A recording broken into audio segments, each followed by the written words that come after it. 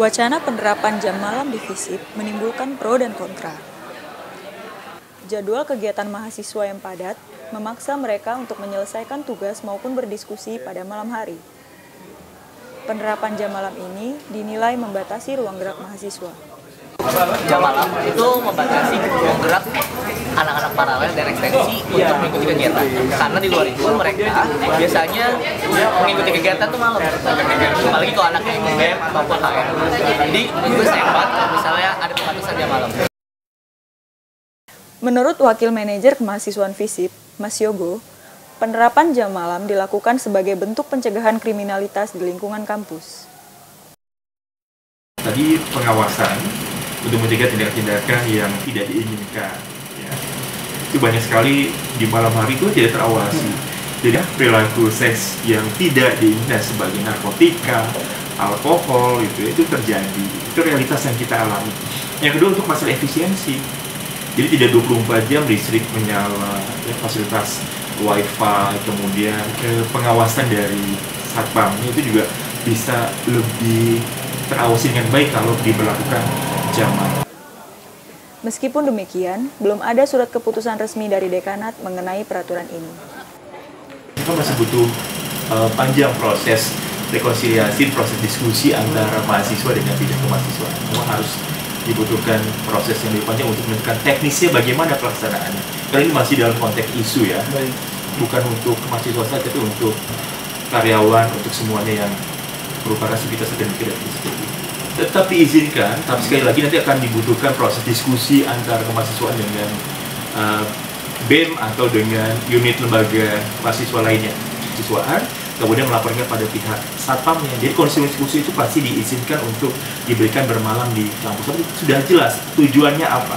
Bisa nanti kan berjalan dengan penetapan SK, kemudian dibahas teknis seperti apa, dipersiapkan. Sepertinya mulai semester depan. Dari FISIP, Teropong Visipers UI melaporkan.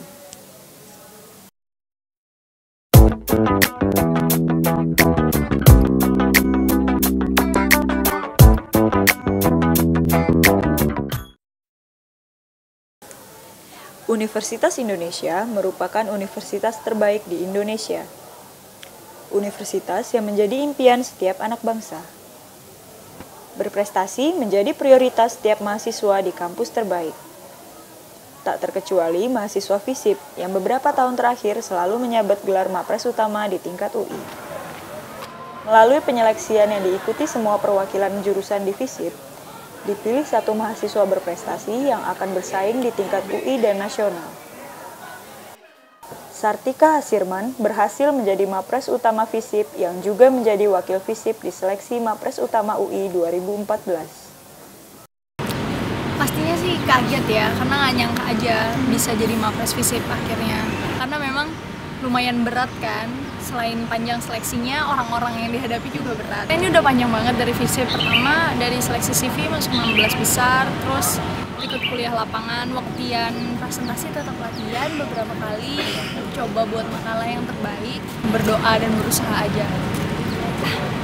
Kumpulin mental terus untuk tetap keep up, supaya nggak nervous, mau presentasi dan lain sebagainya.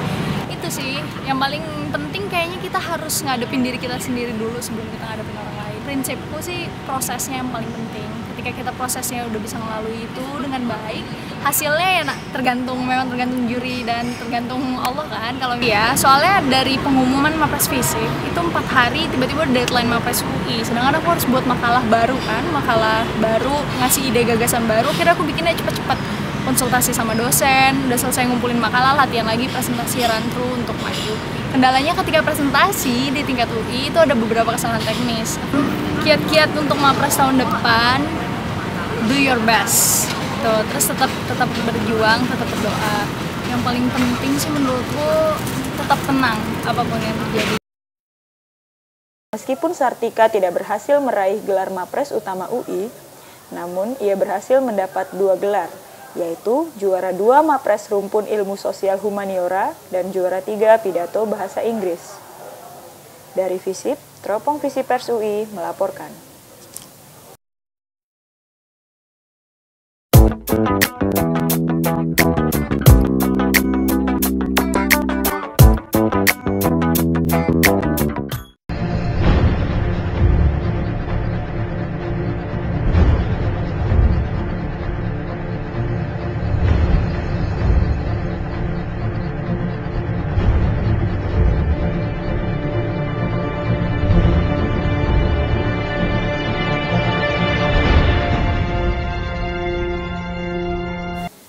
Tanggal 20 Mei diperingati sebagai Hari Kebangkitan Nasional. Penetapan tanggal bersejarah ini ditandai dengan berdirinya Budi Utomo. Budi Utomo adalah organisasi pemuda yang menjadi awal pergerakan untuk mencapai kemerdekaan Indonesia. Lalu, bagaimanakah pemuda saat ini memaknai Hari Kebangkitan Nasional? Makna dari Hari Kebangkitan Nasional itu kayak kita memaknai bahwa Indonesia ada dalam fase enlightenment gitu. Cara memperingatinya sih ya kalau kita sebagai anak muda dan mahasiswa tentunya kita harus belajar yang benar-benar. Hari Kebangkitan Nasional merupakan sebuah bukti pentingnya peran pemuda dalam kemerdekaan Indonesia. Yang penting dari kebangkitan nasional sesuai dengan namanya sih untuk menumbuhkan semangat nasionalisme gitu kan. Saya masih percaya kok bahwa nilai-nilai nasionalisme itu masih ada. Saya berusaha menjalankan semangat nasionalisme itu sebenarnya setiap hari. Sudah seharusnya pemuda di masa sekarang terus melaksanakan perannya dalam membangun bangsa dan negara. Rangkaian usaha-usaha yang serius dari semua komponen bangsa adalah momentum dari berbagai upaya-upaya kita yang sangat serius, bahwa apa yang kita lakukan dahulu sekarang ini harus diproyeksikan menjadi sesuatu yang hidup dalam panggung ke-Indonesiaan dalam masa yang akan datang. Pancasila harus menjadi common reference dan secara dinamis menjadi inspirasi kepemimpinan pada semua level. Dari FISIP, Teropong Visipers UI melaporkan.